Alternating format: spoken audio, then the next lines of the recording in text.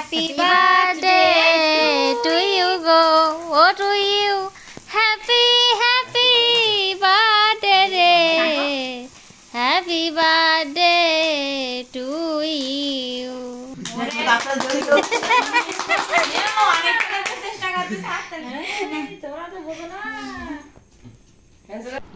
কার জন্মদিন হচ্ছে কিছু কি বুঝতে পারলেন? আর এখানে সকাল সকালে সোনাপুরো কিন্তু আমার খুবই যত্ন নিচ্ছিল। আসলে এক বাবা ছেড়ে এসে অন্য বাবা পেয়ে গেছে। আচ্ছা বলো তো, যারা চুল কাটে তাদেরকে কি বলা হয়? ডাক্তার। যারা চুল কাটে তাদেরকে কি বলা হয়? ডাক্তার। তুমি শিওর?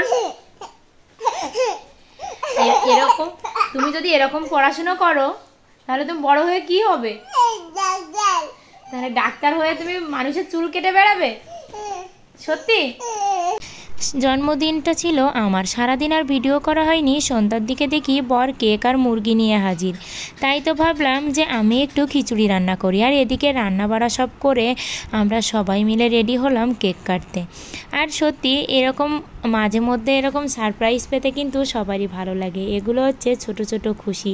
আসলে পরিবারে মেয়েদের খেয়াল কিন্তু রাখার মানুষ খুবই কম। হ্যাপি বার্থডে টু ইউ, গো ও to you. Happy birthday, happy birthday to you. আর এদিকে তো আমি কেক কাটার পরে ভীষণই হাসি পাচ্ছিল, কারণ আমার হ্যাপি বার্থডে উইশের গানটা তো আপনারা শুনেই নিলেন।